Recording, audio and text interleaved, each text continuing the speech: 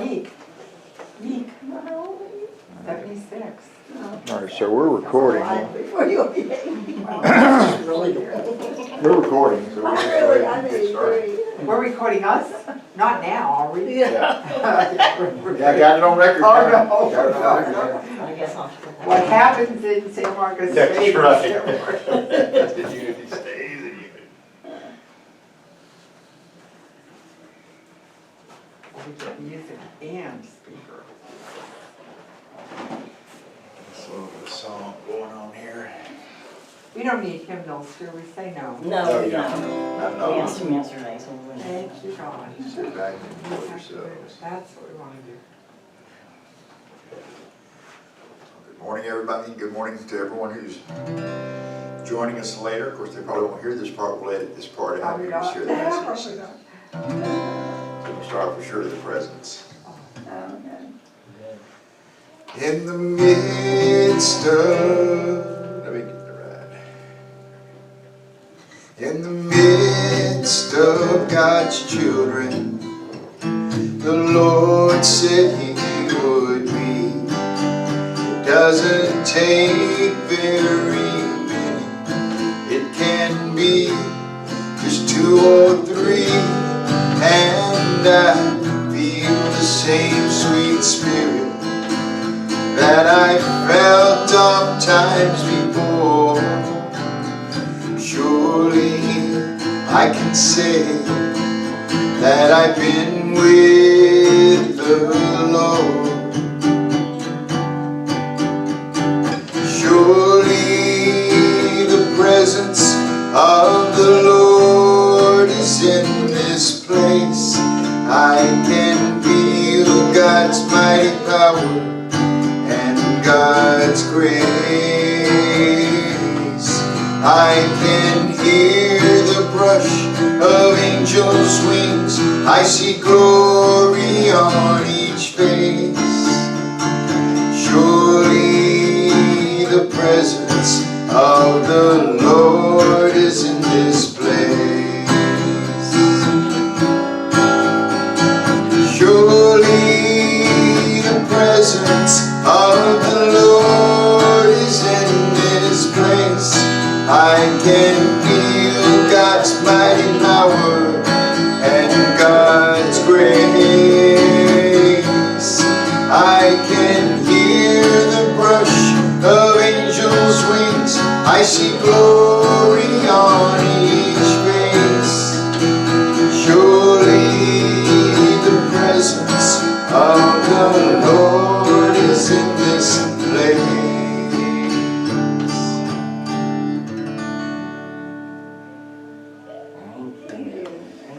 Thank you, Lord. Thank you. Let's take that into prayer then. Since we're not doing announcements here, we can do what we want this morning. Let's just take a deep, cleansing, centering breath and just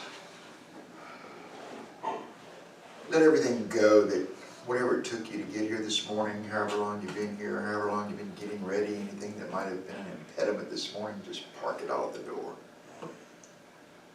Just bring ourselves into this right here, right now space, this next 45 minutes or so that we spend together with one another, sharing and listening for the Word of God's truth here on this Independence Day weekend. We're going to be talking about that independence today. We're going to be talking about that freedom and that liberty that we claim in consciousness as we identify with the divine indwelling Christ that is within me, within you, and indeed within everyone. We are set free when we connect with that Christ, knowing that in that connection with our own indwelling Christ that we are also reaching the connection where we are connected to all life within the oneness. Connected to every person on the planet, connected to all life forms, plants, seafaring animals, animals crawling on the planet, flying in the air, all life forms, trees, everything you can think of. We're all part of that oneness. We're all part of that life cycle. We claim our liberty, we claim our freedom, we claim our power as we connect with that truth, that capital T truth of who we are. And so as we celebrate this morning here in community and communion, we open up our hearts, we open up our minds to allow God's inspiration to come in this morning, to help us to see our way clear in our own lives, how we can live and experience life more freely, releasing any shackles, any limitations that we have placed on ourselves or allowed circumstances to place on it. Today, we are free. Today, we seek our spiritual liberty, and we know that it awaits us. So we say thank you, thank you, thank you, living, loving Spirit. We pray all of this and more in the name and the nature of Jesus, the indwelling Christ. And so it is. So we allow it to be. Amen. So I said I was going to read the daily word because it's so appropriate this morning before we get started. So grab a... I love that term, spiritual freedom. Isn't that right? That's what it's all about. That's great. That's what it's all about. We're going to be talking about that. Okay, so as I said, the daily word for today, Sunday, July 3rd, 2022, is free. The affirmation is, living from my Christ nature sets me free. As a spiritual being, I am always free. I remember this at those moments I feel at the mercy of an unpredictable world. While I may not be able to control what happens around me, I can take comfort knowing I don't need to. I am free to choose my response, but even more, I am free to meet life from my divinity, the breadth of my spiritual power. In prayer, I claim divine ideas. I use my gift of imagination to envision the life I wish to live, and the gift of my will to make choices to bring it about. I speak affirmations to raise my consciousness and help create conditions for my highest and best outcomes to manifest. I find precious freedom realizing that life doesn't happen to me. Life happens through me. And the scriptural reading that complements today's daily word comes from John chapter 8, verse 36.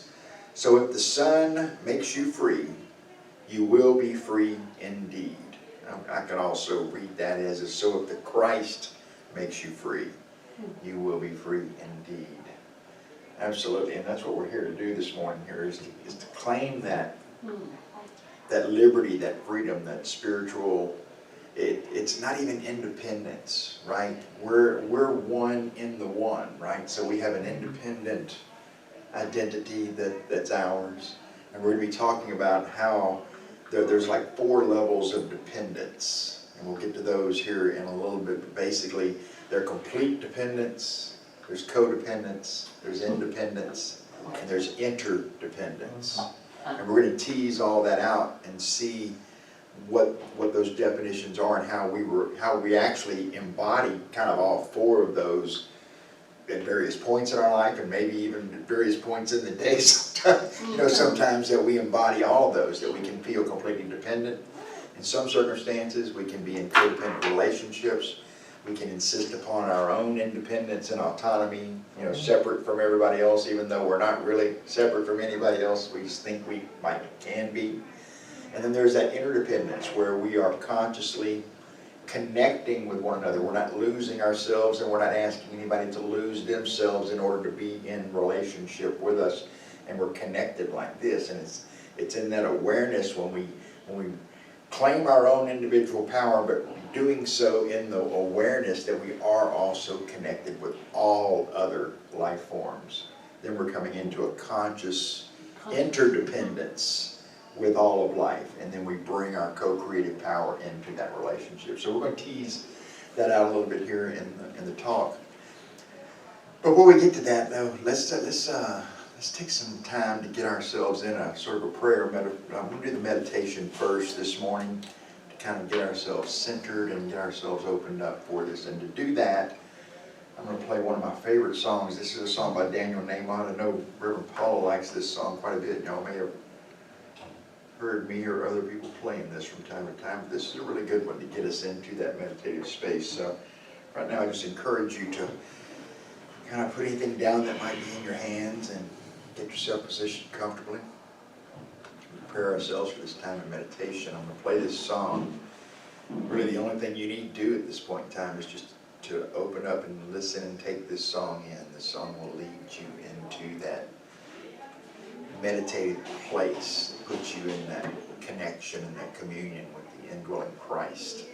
It's always available to you, always available to me, at all times and all circumstances. Our direct connection to God.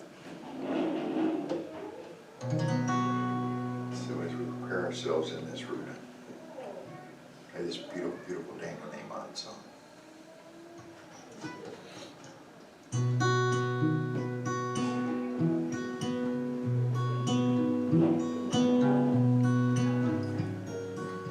When I pray, I feel my heart go deeper, my heart go deeper into my God. When I pray, I feel my heart go deeper, my heart go deeper into my God.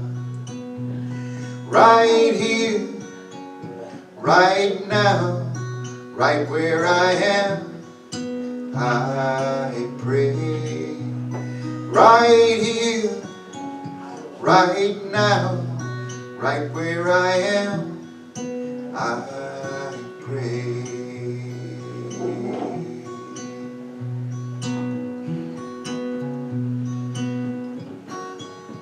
When I pray, I feel my soul go deeper, my soul go deeper into my God. When I pray, I feel my soul go deeper, my soul go deeper into my God. Right here, right now, right where I am, I pray. Right here, right now, right where I am, I pray.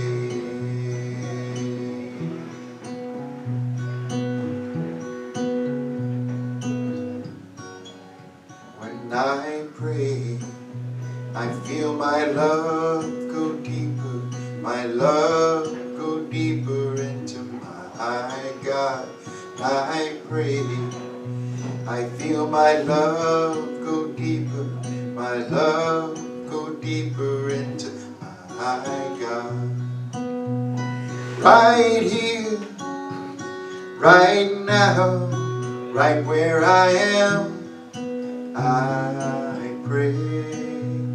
Right here, right now, right where I am, I pray.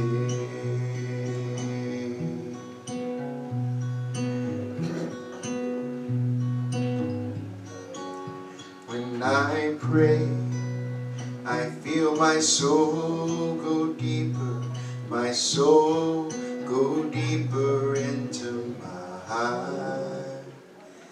God. So let's just take that deeper. Let's just feel ourselves going deeper into that authentic connection with the indwelling Christ. The indwelling Christ that is with us wherever we are, in whatever circumstances. Always there in faithfulness, patience, waiting for us to turn our attention to its presence. Never abandons us. It's always there with wisdom, creative inspiration, healing, sometimes even humor when we need it. That indwelling Christ is our answer to everything. It is our responsibility, our role, our part to bring ourselves into conscious communication with that Christ. Emily Cady says, when we talk to God, that is prayer. When God talks to us, that is inspiration. And so today, And every time we go into the silence, we seek that communication. We seek to open our hearts, open our minds, open our ears to listen for that inspiration that comes from God. And so as we prepare for a few moments in the silence, we call that wisdom unto us. Mother, Father God, let us know today, right here, right now, in these few moments of silence ahead of us, let us know what is ours to do today, right here, right now. What can I do right now, right here, to bring more peace into my day? To open me up to be a greater channel for the expression of your love. Show me. Show me. Right here, right now. In the silence.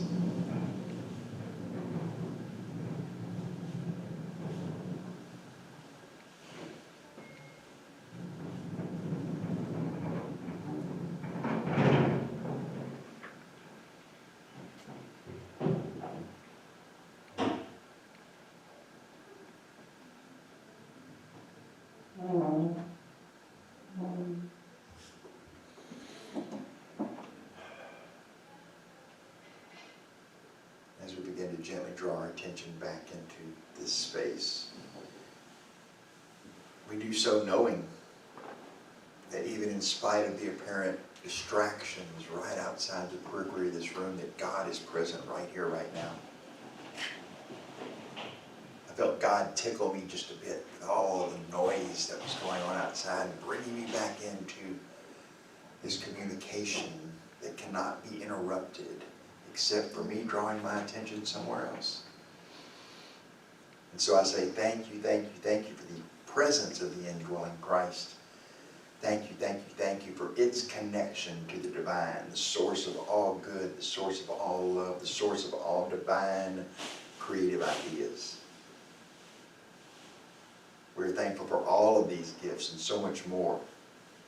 And so we just simply say thank you, thank you, thank you. We pray all of this and more in the name and the nature of Jesus, the indwelling Christ. And so it is, and so we allow it to be. Amen. Right here it is. So I got a couple songs on my mind here. I'm trying to decide which one I want to play right now. Okay. That was good. I love the one you sang before. That was beautiful. Yeah, I love that Daniel Williams song. Oh, it's beautiful.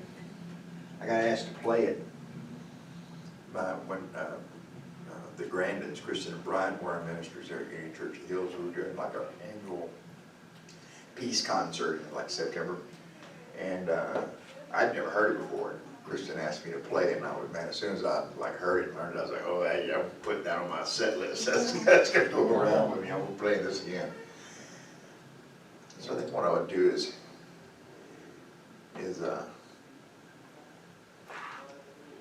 I think I'm just going to do this one. This one's called Let There Be Light. And this is about, you know, when we're going through that sort of so-called dark night of the soul kind of experience, you know. We pick back in the book of Genesis, the beginning of that story, like let there be light, or is the first words that God speaks in the Bible. Mm-hmm. And just bring light into all of this potential so that I can begin to see what is available. We can begin to see the potential that exists. I call it the power of faith. Charles Fillmore calls it, among other things, our perceiving power. That power of faith is what allows us to see possibilities before they have come into manifestation, right? So if I'm going through that dark night of the soul, when it feels like I'm powerless, or it feels like everything's being taken away from me, or I'm, you know, just medical situation, for example, you know, you're in a surgery or something, you have to let go and just be in total trust and care, right? And it's in that dark night, it's like, let there be light, bring that inspiration there, bring, you know, remind me of the truth I am, remind me of the truth that is available to me, you know, no matter what circumstances seem to be telling me otherwise. So that's where this song comes from.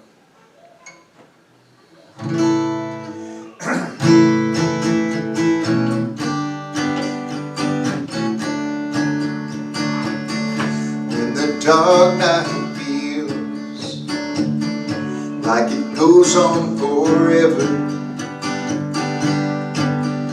when you tremble alone in the dark, in your darkest hour, I pray that you remember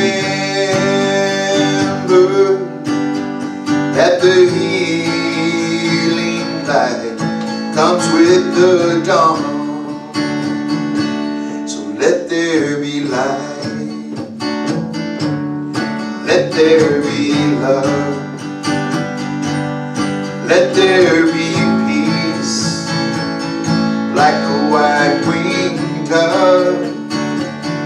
And let there be wings, so you can fly, and a song you can sing every time you cry. Let there be grace to make it alright. Let there be peace, let there be love, let there be light.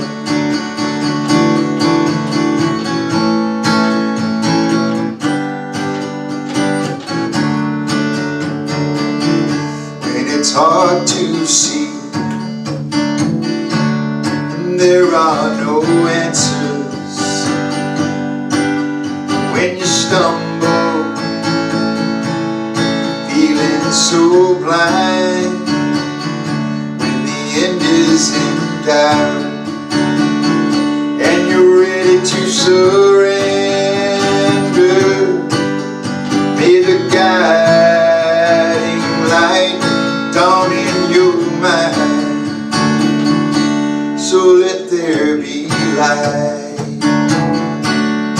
let there be love,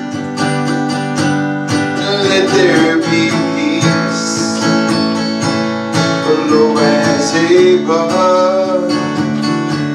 And let there be wings, so you can fly, and a song you can sing every time you cry. And let there be grace to make it alright. Let there be peace, let there be love, let there be light. Oh, let there be light, and let there be love, and let there be peace, like the white-winged dove. Let there be dreams to carry you on, and let there be roads that'll lead you home. Let there be dawn to follow the night. Let there be peace, let there be love, let there be light. Oh, let there be peace, let there be love, let there be light.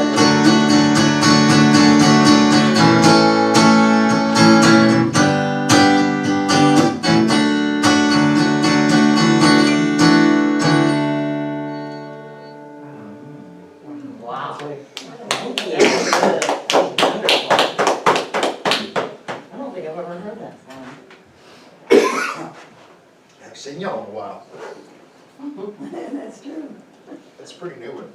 Oh, it is? I'm glad I brought you some water. I had this tickle in my throat all week. Yeah. Long enough, you're like going along, everything's fine, then all of a sudden it just Yeah. kind of seizes up on me. It's like, Do you need more water? I'm fine right now. It'll be all right. It's one of those things We did that. you learn to tolerate. Are we recording now? I think we've been recording. Well, yeah, it would be. Okay. Say hi. You know, our people. Yeah, so as I alluded to before, we are talking about freedom today. We're talking about liberty, spiritual freedom, spiritual liberty. It's our, the time of the year when we sort of celebrate our independence here in America. And, for most of our lives, and probably for most of history that they've been celebrating this, it always seems to be a patriotic thing, like we're celebrating our freedom and independence from England, right, declaring our autonomy, our right as an autonomous country.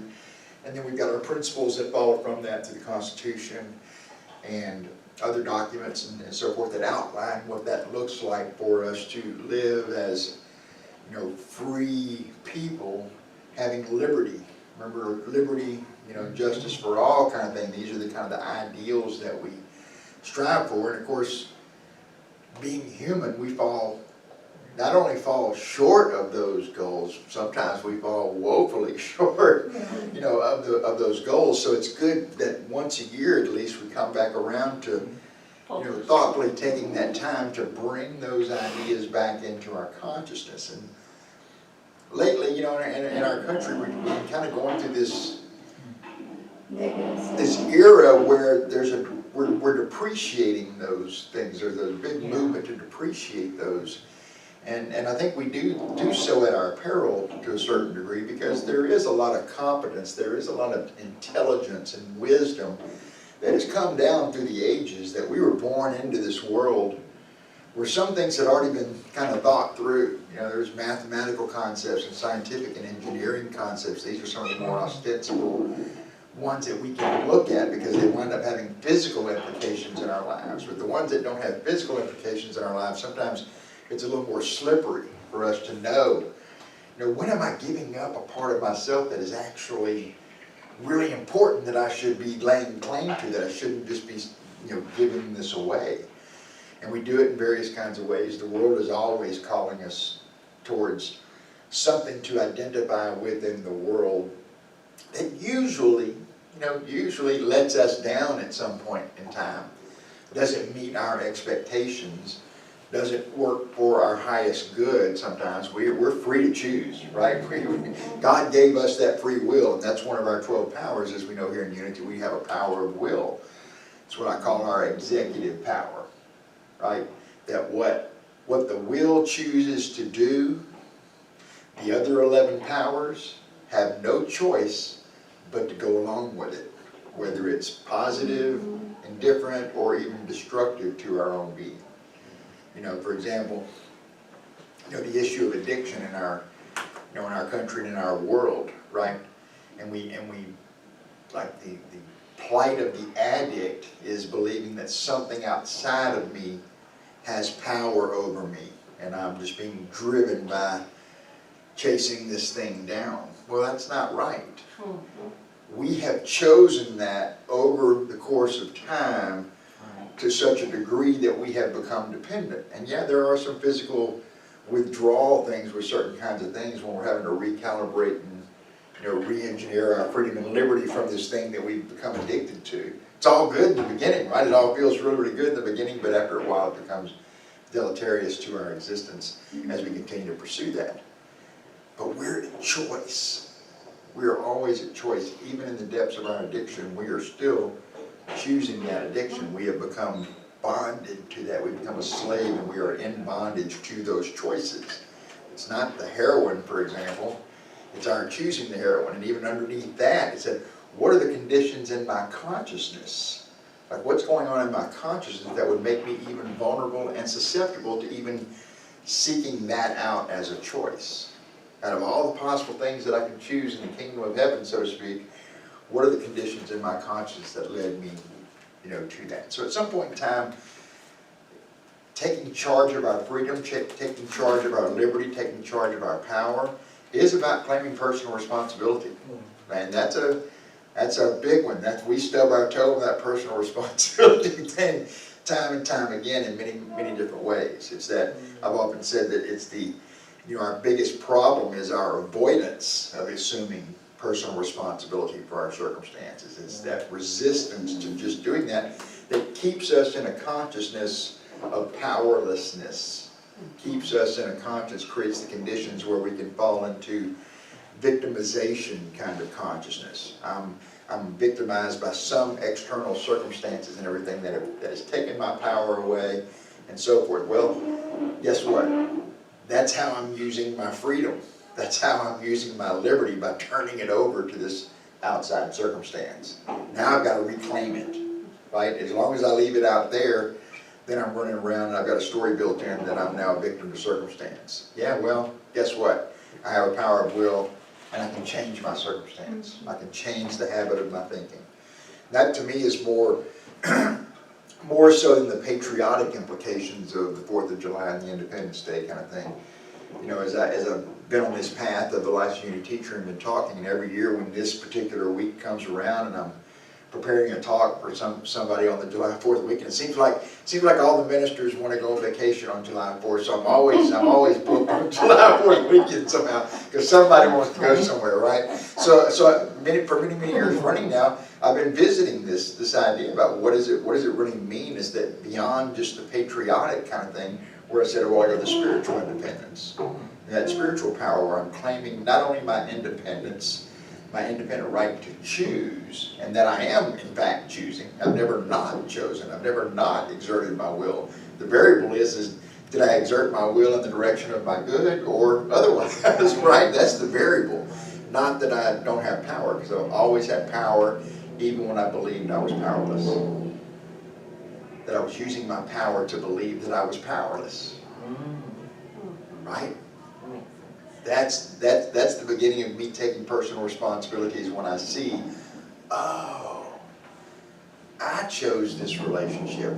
Oh, I chose my reaction to what they did. Oh, you know, oh my, that's incumbent upon me to recalibrate everything really, and to bring my power back to me. And to me, that's what Independence Day is really about, way beyond the sort of patriotic implications about it. It's a reminder of my own spiritual autonomy, you know, my spiritual individual power. And what I've grown to understand over the course of time is that, y'all might remember the famous poem by John Donne, "No man is an island," right? I mean, in fact, let me read a couple of stanzas from it just to get that in our head. John Donne, of course, is a great metaphysical poet, and there's lots of really good stuff.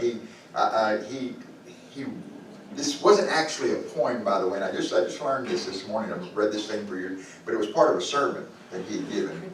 He was preaching, and it was part of a sermon, something, and they excised that from, he's written many poems, but this one is not really a poem. It was part of his sermon, and they excised it out and kind of put it in that poetic form. I'm just going to read the first and the last stanzas here. No man is an island, entire of itself. Every man is a piece of the continent, a part of the main. Any man's death diminishes me, because I am involved in mankind. And therefore, never sin to know for whom the bell tolls, it tolls for thee. That reminds me that it's always incumbent upon me, that it's not just out there that, you know, the bell is tolling for someone else. No, it tolls for me too. It's calling me to my responsibility, to recognize in consciousness that I am not an island. I cannot actually be completely independent from every other thing. So let's cover those again real quick. Let's start with those 4 levels of dependence I mentioned a moment ago. So, and just imagine a circle, okay, and then a smaller circle, or even many smaller circles within that circle, completely within the boundaries of that circle. That would be what dependence would look like. That bigger circle, and then everything within it, me included, is completely and wholly dependent upon that larger circle. I don't have an individual self separate from that. In some ways, that's kind of like our relationship with God. That in a certain spiritual sense, maybe even a tangible life sense, that we are wholly dependent upon God for our good. We are wholly dependent upon God for our breath, for the organs that are moving through us, that divine principle of life itself that created us in the image and likeness of itself, right? In a certain sense, we are completely dependent. But let me ask you, or just, you don't even really need to answer this, just prompt yourself in consciousness. Would it be a healthy thing for us as adults to be in a wholly dependent relationship with another adult, where we lost ourselves to that? We wouldn't see that as a healthy kind of thing, right? So moving from that, but in a parent-child relationship, or say a parent-infant relationship, that infant is still, fairly wholly dependent upon the parents to give it care before it becomes volitional and able to kind of care for itself. So there is a period in our lives where we are wholly dependent, upon others when we can't care for ourselves. But we mature through that, and then we start to individuate. And as we begin to individuate, we kind of come out of that circle. And for a good part of the time, we're still kind of enmeshed in the circle, and we got a part of ourselves outside, we got a part of our individuality out, but we're still kind of enmeshed in that relationship. And it's like this. Then those two circles become like this, right? Yeah. That would be codependence, where I've given up a part of myself to be in relationship to this other person. Ostensibly, they may have given up a part of their self too for us. Doesn't that sound like the wedding vows? It does. I mean, our wedding vows are actually set up in a codependent way. That we give up a part of ourselves in order to be in this relationship. I think that understanding is at the foundation of most of our marital woes and most of our relationship woes, Yes. because how do you know that the part you gave up in order to be in that relationship wasn't a vital part that you actually need to hold on to? Y'all probably have heard this phrase before, and you probably even have used it. I know I've heard it and used it, before I knew better. If you loved me, you would, and then just fill in the blank with whatever comes after that. There's a condition. Now there's a condition for you to either, one, prove your love to me, because if you love me, you do this thing that I'm asking you, right? When it works kind of both ways. Well, yeah, okay, so then I compromise myself. I don't pursue my dreams because, we lose this other person. They would go a little crazy if I went to pursue my authentic, desires and everything.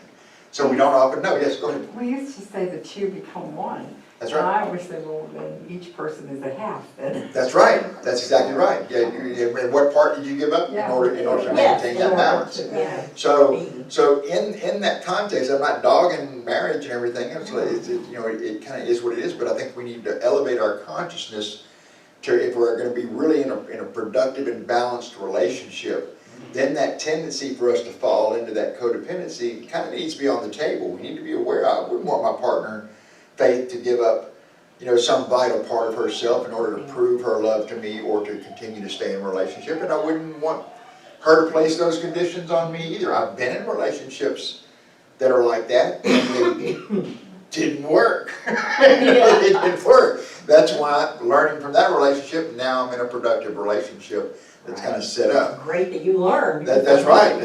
But I had to take 10 years off of being in relationships in order, because I couldn't blame the partners from the past. I began to see that I was the common denominator in those relationships, and that my tendency was to give myself up to maintain peace, or to keep people happy, or whatever, people please, right? And so I had to take some time off to where I had to become okay with being by myself before I could be of any value in a relationship again. That I had to know who I was and what was important. What I'm willing to compromise on, what I'm not willing to compromise on. And to do so without anger, without it turning into drama, just simply asserting your power. No, I'm not okay with that. Okay? We can find some other compromise maybe that we can both be comfortable with, but that one, that's not going to work, right? So now we're moving from that wholly dependent through that codependence. And now in that codependence, what did I do? I broke away from that codependence, and I spent some time being wholly independent, or attempting to be. Maintaining my autonomy. I'm independent. I'm not necessarily connected to anybody. But in reality, capital R, I'm still connected to the oneness. I'm still connected to people. My thoughts are things. My feelings are things. My words, my actions are things. And they have consequences to the people that are influenced and affected by those choices, whether it's a habit of thinking. If I'm constantly in a habit of thinking that I'm a victim, that I'm powerless, and then that's what I give voice to, and then my actions back up that, then other people in my life, it's like, Rick's coming over, I'm leaving. You know, I don't want to be that guy's a downer, right? He's like, Yeah, I know that he story. brings all of his trauma here every time, and I'm not doing that, right? And so we have to grow through that. And ultimately, I think the goal, the fourth level, is that interdependence. And the interdependence is where I am whole, you are whole, and we choose consciously to be connected to one another and in relationship. But you don't have to give up anything in order to be in a relationship to me, and I don't have to give up anything. So we maintain our individuality even in relationship. It seems paradoxical in a way. It does. It feels counterintuitive because we're so used to the codependent vows of marriage and what relationship looks like, and that it's compromised, that you must give up in order to make someone else happy. It's like, okay, you know, maybe we can do that in the short term. Maybe, you know, there's like, I'm not going to die on this hill today. I'm willing to compromise today to do something. But if you make a habit out of compromising yourself, when do you actually cross the Rubicon, so to speak, and you're past the point of no return, and you've actually given up some vital part of yourself? And the truth is, we don't really know until it's in the rearview mirror and you realize, oh, I shouldn't have made that decision 6 years ago. That set me on this path here. Now I can't, you know, now I've got to figure out a way to go, not necessarily go backwards, but I got to figure out a way to correct that. A Course in Miracles talks about that, is that if I am not at peace, like just in consciousness, if I am not at peace for any reason, it doesn't really matter the circumstances. If I'm not at peace, I have chosen wrongly. I've just made it, it's just an error to be corrected. It's not a sin to be punished. It's an error to be corrected. So what choice did I make? How am I seeing my circumstances? How am I seeing myself in relationship to myself, to God, to others? Yeah. What has got me in the situation where I can't find any peace? Well, it's like you're defining yourself as a victim. That's right. You're powerless, but you're not powerless. But you're not powerless. the You're victim. using your power to convince yourself you're powerless. Right. You know, talk about misspent power, right?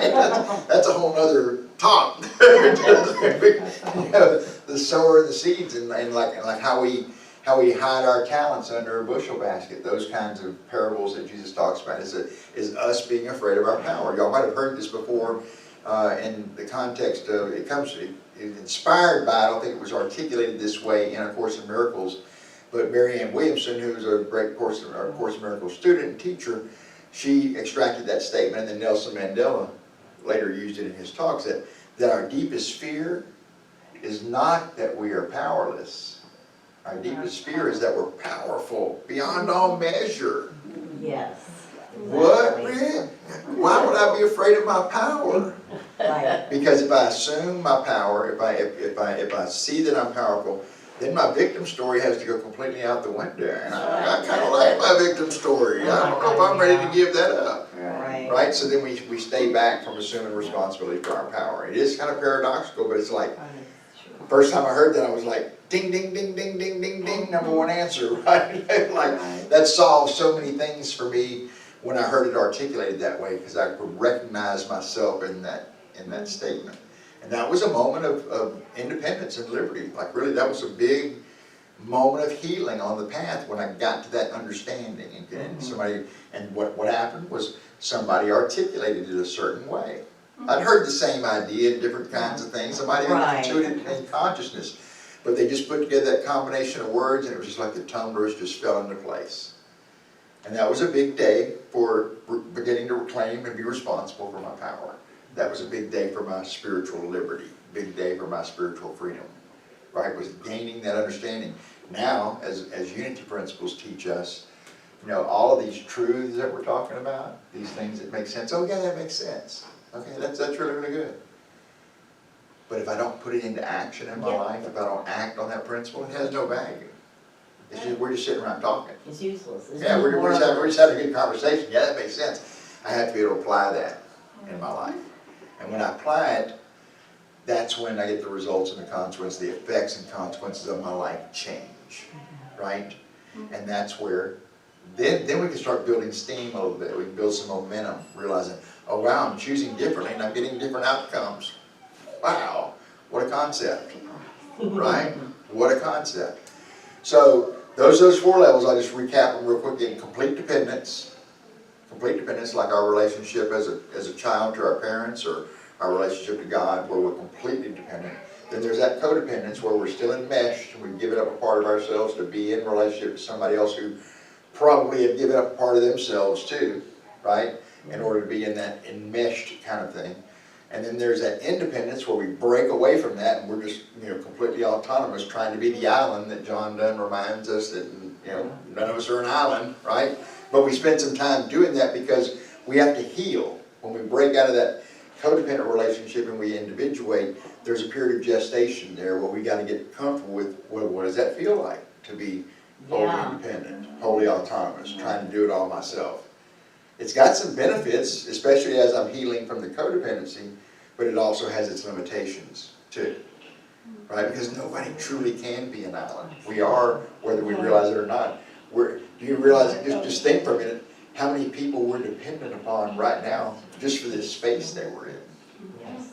People that came before us and brought their expertise and their resources and everything just to build this space that we're in. Right. So even this space that we're in, this microphone, this guitar, like you can just sit here and just go like, oh my God, there's 1 billion people in this room with us. Right. But yeah, exactly. When you really think about it, the blinds, the glass, the everything, everybody bringing their gifts into the mix, that we're never actually alone. No one of us is an island, right? That's the metaphysical truth of that. And when we can see that, then we realize, oh wow, even when I feel disconnected, I'm never actually disconnected. I'm still part of the oneness. I'm still in that oneness. Look at all the people that have supported me. The lights, the electricity, the electrical lines, like the whole thing, the video camera, the social media that we're gonna put it out there on. Yeah. The donuts we had this morning. Thank you, Krispy Kreme. Thank you, Krispy Kreme. That's right, but you see, no one of us is an island. And so getting into that, if we move, we should move from a declaration of independence to a declaration of interdependence. But that's a healthier kind of thing for us to move from. It's way beyond the political aims of just becoming independent from another controlling state. That's like the 3rd stage of dependency, right? When we broke away from England, now we're over in this independent state. Now we're having to integrate back into that awareness that we are mutually interdependent upon every other person that's out here. And we can change that in consciousness. We can start solving our problems. We can start letting go of the dissonance and all the things that seem to be breaking our society down. I don't have to change anyone else's mind. I only have to change my own. I'm only responsible for changing mine. And when I genuinely change my mind, I show up differently in the world. And when I show up differently in the world, all of a sudden people that you know go, what's different about you, Rick? Something's going on with you. You're showing up really differently. Like your energy's really, really good lately. What's going on? I want to give you some of that. Right? And then you have an opportunity to communicate with them and say what's changed in your life and how you're showing up. That's right. Then I'm not, one of the most valuable things I get mileage out of this all the time, just in consciousness and in talks and everything with people, conversations with people, that idea that Jesus talked about, that there will always be wars and rumors of wars. Always. Can anybody tell me about a time in our lifetime where there's been peace on earth? No. It's been one war, one conflict after another. It's an unbroken string. So that was true 2,000 years ago, and it's still true today. So if I'm waiting on the world to get its act together and be at peace before I allow myself to get peace, Exactly. Right, or you're waiting for your partner to change her mind. That's right, it's not happening in this lifetime. But I can take my power back, and that's what this is about. That's what this declaration of interdependence is about. It's about taking my power back, and I don't have to be forceful about it. I don't have to go beat somebody over the head to demonstrate that I've taken my power back. I don't have to change my partner. I don't have to change my friends, my family. I don't have to change my workplace environment, anything. But yet, when I change, everything around me has changed. All of my relationships are transformed because the way I was and have been in that relationship changes completely. And so I get different effects and consequences. That's right. I'm putting a different cause into motion, and I'm getting different effects and consequences. That's the rightful assertion of my power. That's the rightful connection to other people. That I'm not now saying, hey, if you loved me, you would Oh, God. I'm glad that. change everything about you so I can be happy. Thank you, Lana. Yeah. But that's, you can even see, like we laugh about it and everything, but we all know the energy, like that kind of, we may have made that request ourselves before. And even in the midst of making that request ourselves before, it's like, you think they're really going to go for this? like there's some level of us that knows that it's not a fair request, and yet we don't know any better. Until we know better, we don't know any better. You know? So some of the ways this will look, I'll just give you just kind of run a few of these down just so you can kind of gauge it in the world. When we move over to this interdependence from this other way of being, we're going to be in a spirit of cooperation with others, not competition. Yes.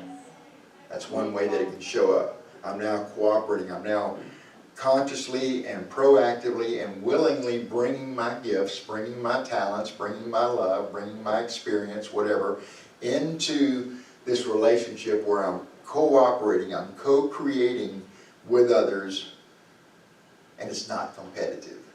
I don't have to get something from somebody. Right. I'm already complete. Or compare. That's right, I don't have to compare. I'm already complete. I bring my gifts. I don't know anything about creating light bulbs, but I'm grateful this morning that somebody does know it. I don't know anything about wiring a microphone, but I use them all the time and have been using them for quite a while. Amplifies my voice, right? So you can hear me, right? So, but I don't know anything about building a microphone. Like I couldn't build it, so I'm totally dependent upon somebody to do that, right?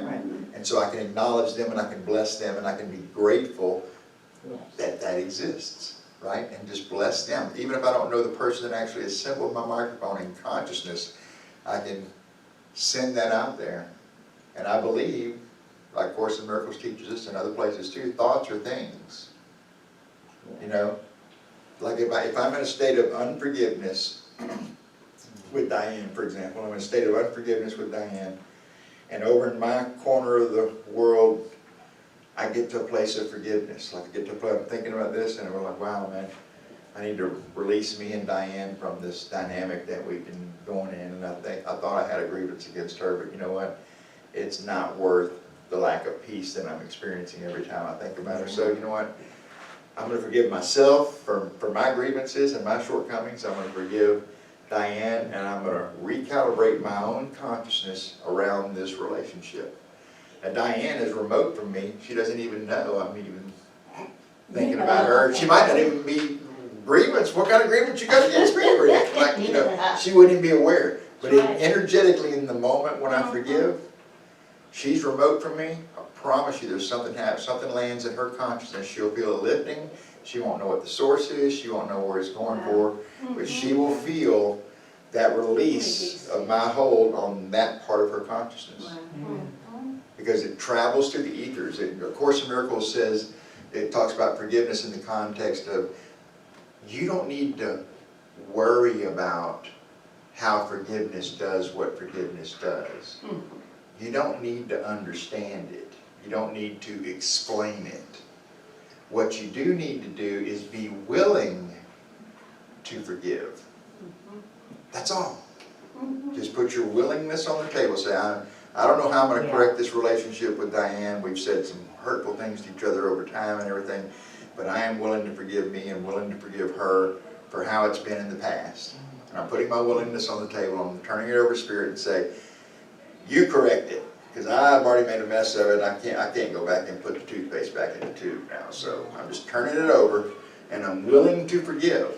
And then, of course, says this beautiful thing, that when you're truly willing to forgive, that the energy of forgiveness corrects things across time, backwards and forwards.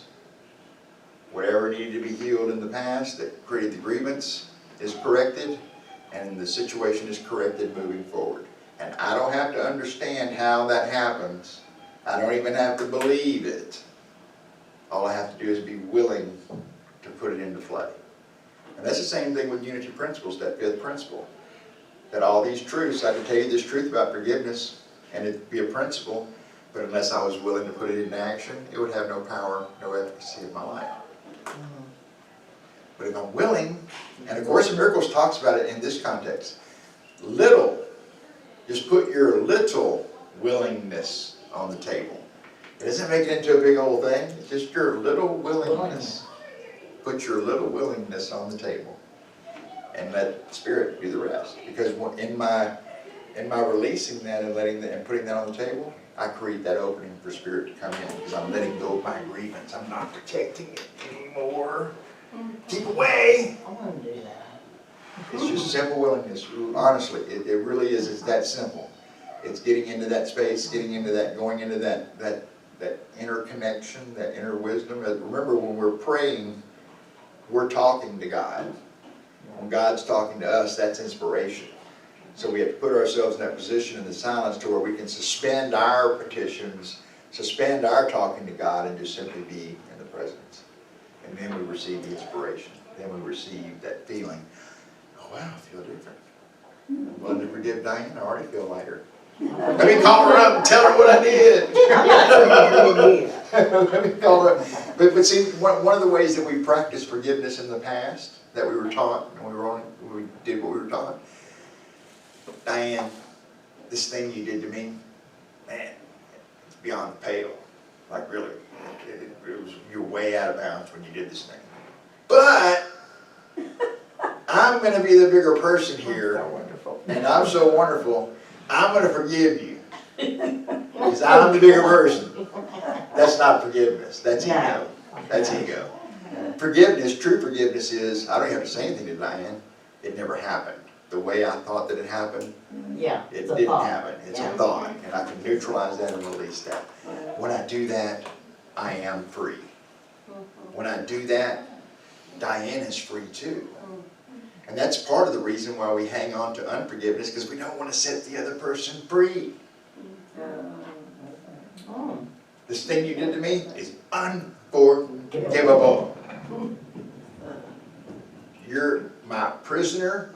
I'm your jailer. I got to make sure you stay right there in your cell. Yeah, And I give guess you no what? key. And guess what? I've now got myself into a codependent relationship with the prisoner. Wow.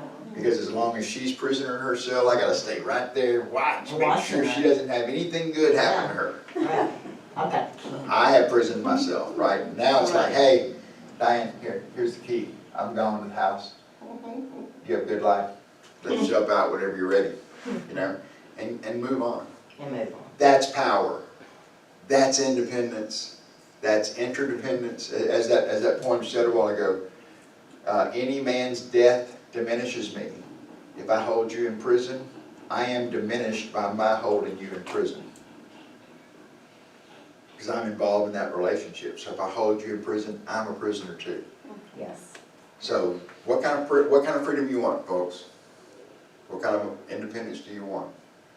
This year, moving forward, you can make a decision today, you can set an intention today, here on this Independence Day, on this Interdependence Day, and you can change your life right now.